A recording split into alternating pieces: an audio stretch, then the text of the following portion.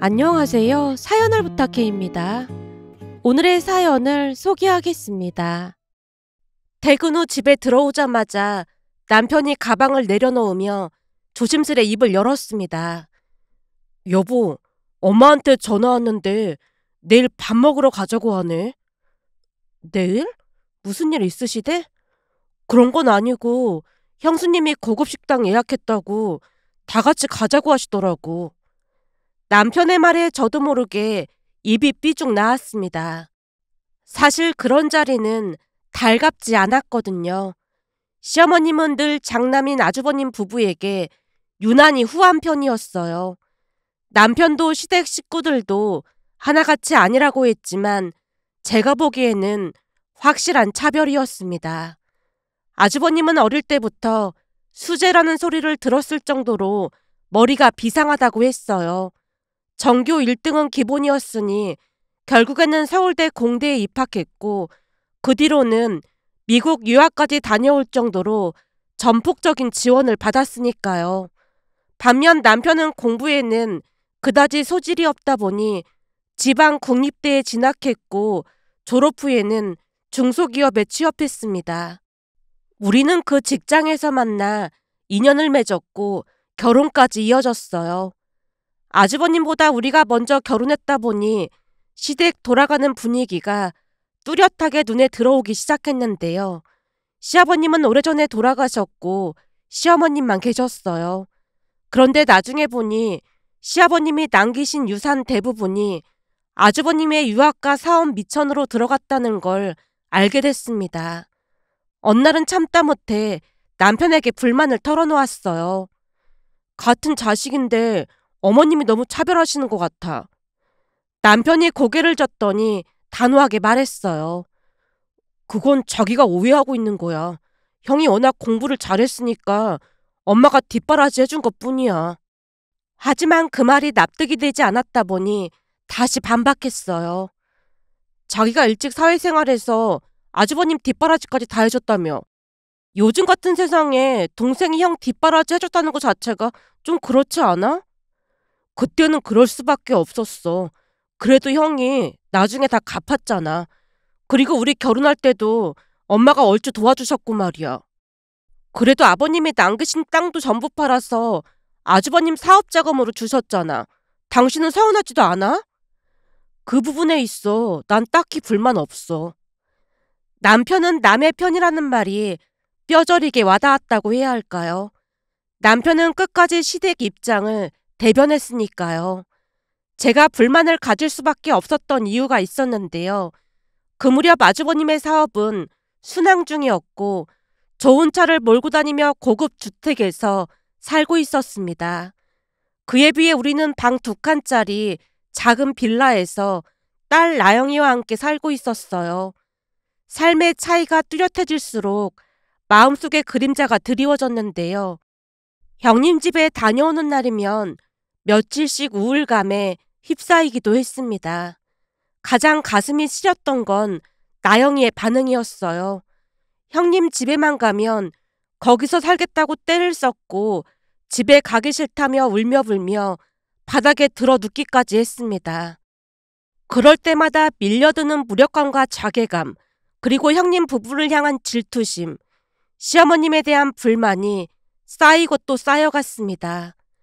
겉으로는 아무렇지도 않은 척했지만 속은 이미 여러 번 부서지고 있었다고 해도 과언이 아니었어요. 그러다 보니 시댁 식구들을 마주해야 하는 자리가 점점 더 버겁게 느껴지기 시작했습니다. 마음에 돌덩이를 얹고 만나는 그런 기분이었으니까요. 물론 그렇다고 해서 형님이 나쁜 사람은 아니었습니다. 형님도 아주버님과 마찬가지로 명문대를 졸업하고 유학까지 다녀온 똑똑한 사람이었어요. 무엇보다도 성격이 놀라울 만큼 온화하고 배려심이 깊었는데요. 그럼에도 불구하고 이상하게도 형님을 마주할 때마다 말로 설명하기 어려운 자격지심 같은 것이 스멀스멀 피어오르곤 했습니다. 거기다 형님은 저보다 1살 위였지만 늘 정중하게 존댓말을 사용했어요. 그 존댓말조차 왠지 모르게 저를 밀어내는 듯한 느낌이 들다 보니 더욱 거리를 유지한 채 지냈습니다. 그런 형님의 목소리에도 말투에도 몸짓에도 묘하게 우아한 기품이 배어 있었습니다. 볼 때마다 저와는 다른 세계에 사는 사람 같다는 생각마저 들었어요. 그날도 시댁 가족들과 식사하자는 말에 제 표정이 굳어지는 걸 느꼈는지 남편이 조심스레 눈치를 살피며 말을 꺼냈습니다. 우리 그냥 가지 말까? 제가 고개를 돌린 채 짧게 대꾸했어요. 우리가 안 가면 가족들이 신경 쓸 거 아냐. 남편이 한숨 섞인 웃음을 지으며 말했어요. 가서 밥만 먹고 오자. 형수님이 엄청 유명한 레스토랑 예약했다더라고. 엄마도 우리 사는 형편이 어떤지 다 알다 보니까 더욱 데려가고 싶어 하시는 것 같아. 그 말에 제가 눈을 흘기며 받아쳤습니다. 우리가 거지야? 무슨 말을 그렇게 해? 남편이 당황한 듯 두 손을 허둥지둥 내저으며 급히 말했어요. 아니, 그런 뜻이 아니라 그냥 엄마가 우리 생각을 많이 하고 있다는 뜻이야. 남편이 어찌나 눈치를 살피며 미안한 표정을 짓던지 그 모습에 저도 마음이 조금 누그러진 채 한숨을 내쉰 뒤 입을 열었습니다. 알았어. 레스토랑이나 어딘지 말해줘. 거기 가려면 옷도 챙겨 입고 가야 할 텐데 어떤 옷을 입고 가야 할지 모르겠네. 방으로 들어서며 혼잣말처럼 중얼거렸지만 마음 한쪽이 복잡하게 일렁거렸습니다. 형님이 화려하게 치장하는 사람은 아니었어요. 항상 검소하고 단정했지만 그런 소박함 속에서도 자연스럽게 흘러나오는 기품 같은 게 있었습니다. 그 기품 앞에 서면 괜히 주눅이 들었는데요. 그러다 보니 형님을 만나러 가는 날이면 더욱 오래 거울 앞에 서 있곤 했어요. 다음날 약속 시간에 맞춰 형님이 예약했다던 레스토랑에 도착했는데 입구에 다다르자 분위기부터 달랐습니다. 말 그대로 으리으리하다는 표현이 절로 나올 정도였으니까요. 레스토랑 안으로 발을 들이자 넓은 홀 끝자락에서 누군가 손을 흔들고 있는 모습이 눈에 들어왔습니다. 멀리서도 단번에 형님임을 알아볼 수 있었어요. 매끄럽고 투명한 피부와 자연스러운 미소, 그리고 은은하게 퍼지는 여유로움이 형님을 한층 더 돋보이게 만들고 있었어요. 형님 얼굴에는 말로 설명할 수 없는 광채가 번지고 있었습니다. 식사가 끝나고 디저트와 차가 테이블 위에 놓이자 잠시 조용했던 분위기 속에서 시어머님이 입을 열었습니다. 첫째 내가 아파트를 보러 간다는데 니들이 같이 가주면 좋겠구나. 괜찮지? 뜻밖의 말에 제가 반사적으로 형님과 아주버님을 번갈아가며 바라보자 시어머님이 덧붙였어요. 이번에 집을 새로 하나 살 생각이래. 괜찮은 데가 나왔다고 하더라고. 집을 또요? 지금 살고 계신데도 산지 얼마 안 됐잖아요. 제 입에서 튀어나온 말에 약간의 날이 서 있었지만 형님이 부드러운 웃음을 지으며 담담하게 대답했습니다. 아, 그게요. 그냥 마음에 드는 집이 나왔길래 구경 좀 해보려고요. 어머님 말씀이 동서가 눈썰미도 좋고 꼼꼼해서 집에 하자 있는 것도 잘 본다고 하셨거든요. 형님의 표정을 보니 정말로 순수하게 부탁하고 있음을 알 수 있었는데요. 워낙 아쉬울 게 없는 삶을 살아와서 그런지 세상 사람들 모두가 본인처럼 순수하다고 생각하는 듯해 보였습니다. 하지만 제 속은 이미 엉망이 되어 있었어요.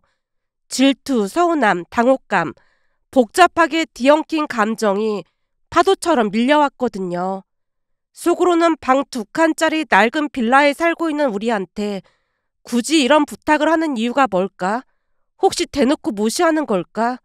별의별 생각이 머릿속을 스쳐 지나갔습니다.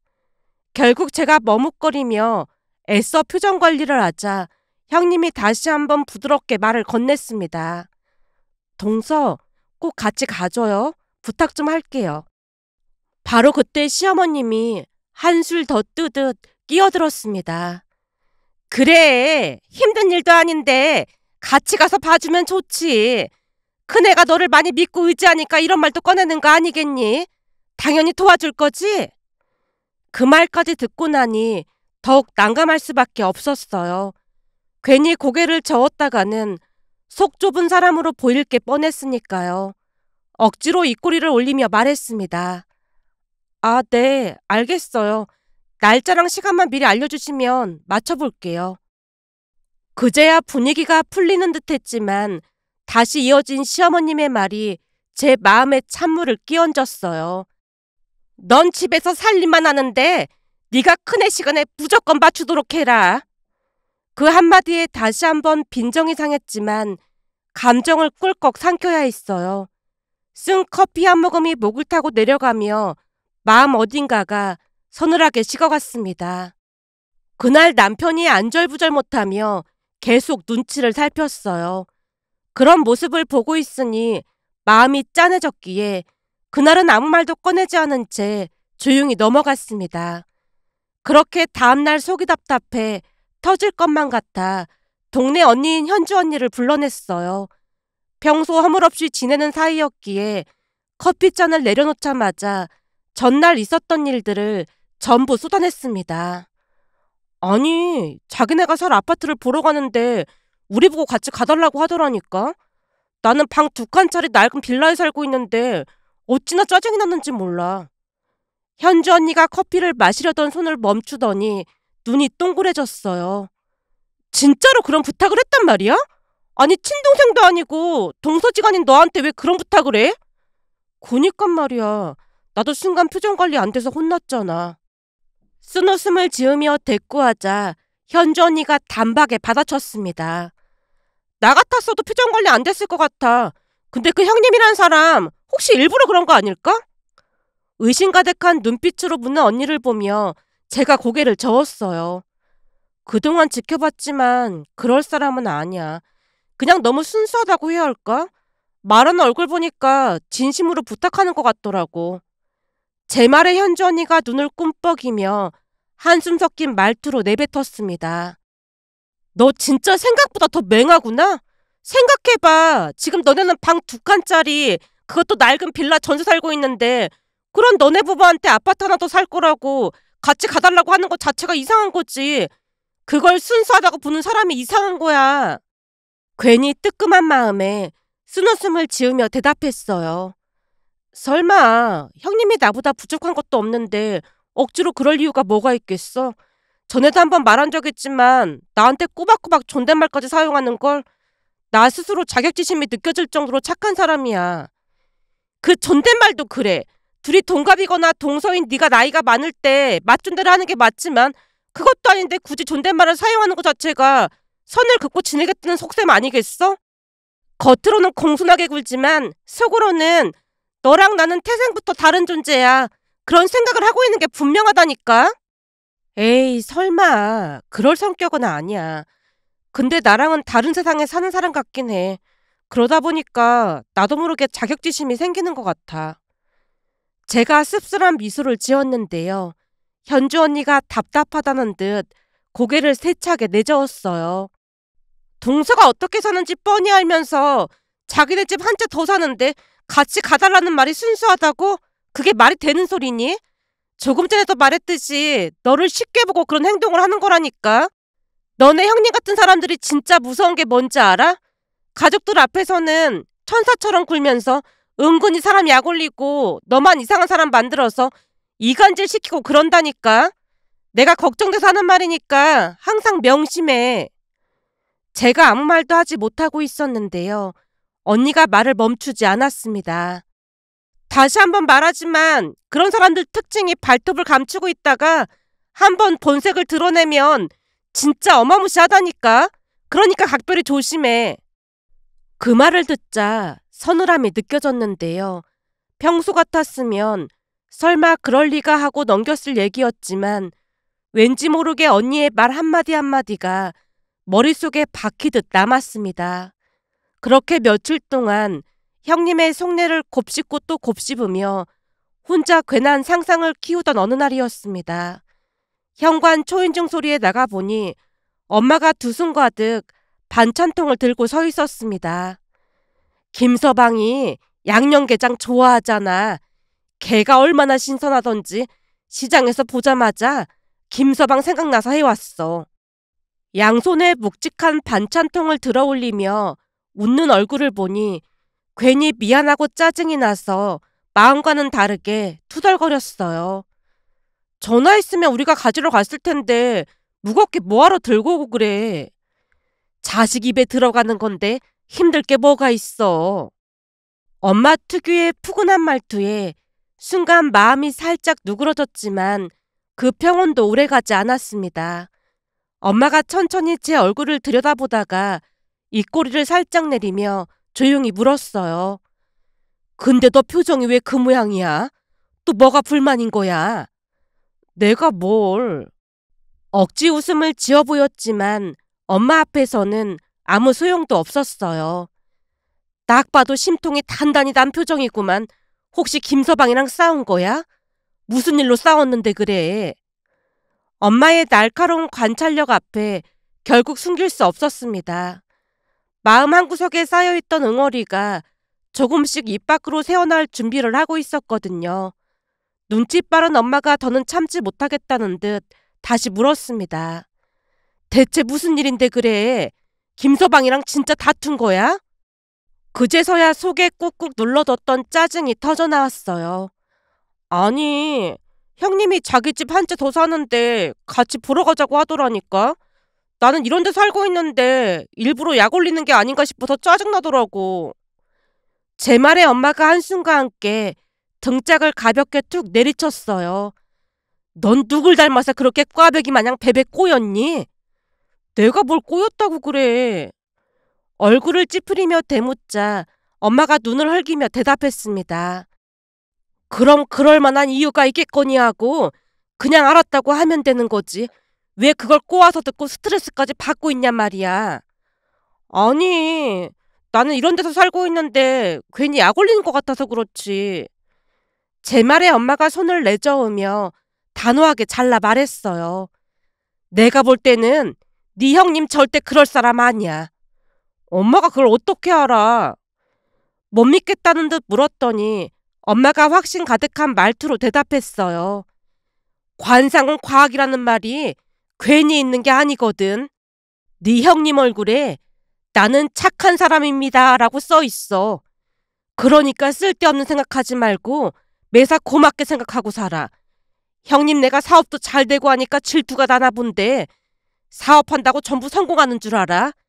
그만큼 어마어마한 노력을 했으니까 성공한 건데 그걸 질투할 생각만 하지 말고 부러우면 너도 열심히 살 생각해. 너 그거 자격지심인 거야. 그 말에 제가 입술을 삐죽이며 중얼거렸어요. 자격지심인 건 나 잘 알거든? 그러자 엄마가 가만히 제 손을 잡으며 다시 말을 꺼냈어요. 좋게 좋게 생각해. 시댁이 못 살아서 허구한 날 돈을 뜯어가는 집도 많다던데 다들 잘 살고 있으니까 그냥 감사합니다 그렇게 마음 먹고 살 생각해. 집 좀 같이 봐달라고 하면 같이 가서 봐주면서 조금 더 친해지고 하면 좋잖아. 그냥 모든 일에 감사합니다 그러고 살면 일이 더 잘 풀리기 마련인 거야. 그 말에 제가 장난스럽게 손을 모으고 말했습니다. 네 엄마 감사합니다. 그제야 엄마가 웃음을 터뜨렸고 저도 따라 웃으며 한결 가벼워진 마음을 느꼈습니다. 그날 엄마의 꾸준과 다정한 한마디가 흩날리던 제 마음을 조용히 다잡아 주었습니다. 그런데 그런 엄마의 말이 현실이 될 줄 누가 알았겠어요. 그로부터 얼마 뒤 정말 놀라운 일이 벌어졌습니다. 형님의 연락을 받고 시어머니까지 함께 새 아파트를 보러 다니게 됐는데요.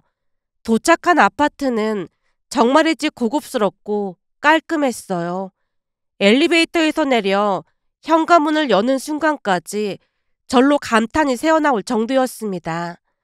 한켠에는 부러운 마음이 올라왔고 또다시 질투심이 살짝 고개를 들려 했지만 그럴 때마다 엄마의 말을 떠올리며 마음을 다잡았습니다.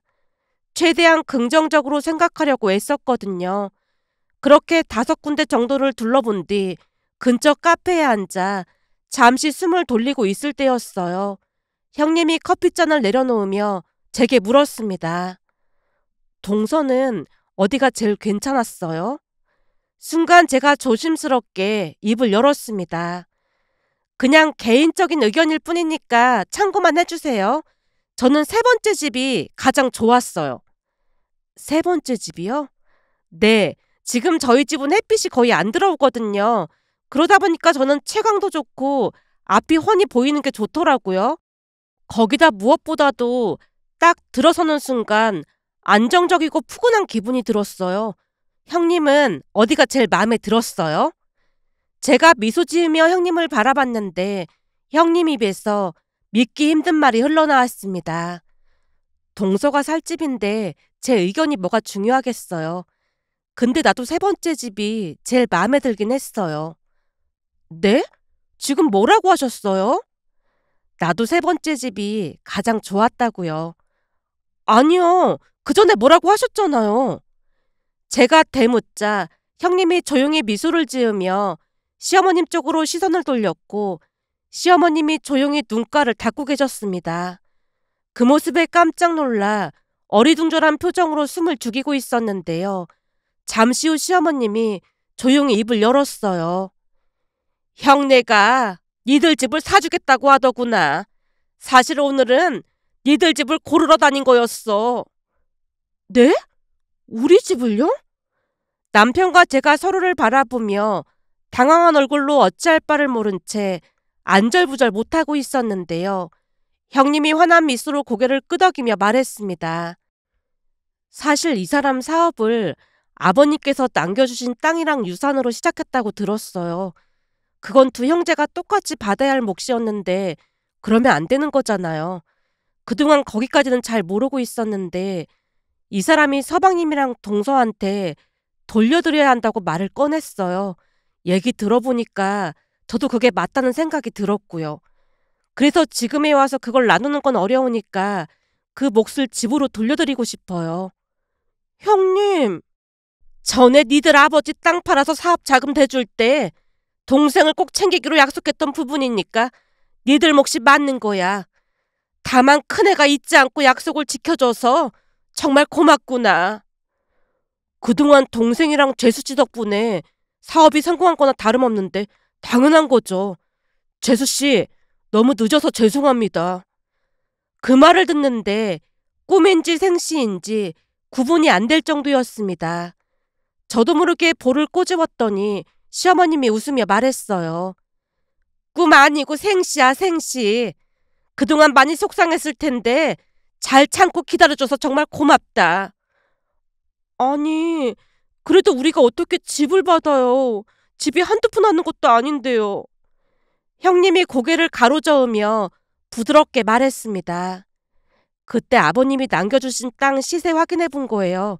거기다 그동안 사용했던 걸 이자로 환산하면 오늘 본 아파트 금액 정도는 될 거예요. 그러니까 미안하게 생각할 필요 없어요. 당연히 받아야 할 몫인걸요? 그 말을 들으며 가슴속 깊이 묻어뒀던 질투심, 오해, 자격지심이 한꺼번에 터지듯 무너져 내렸습니다. 참아보려고 했지만 눈물이 와르르 쏟아졌는데요. 창피한 줄도 모르고 고개를 숙인 채 흐느꼈습니다. 그동안 얼마나 많은 걸 오해하고 있었는지 부끄러워서 얼굴을 들 수가 없었으니까요. 그날 너무나 기쁜 나머지 형님을 꼭 끌어안고 한참 동안 눈물을 쏟았습니다.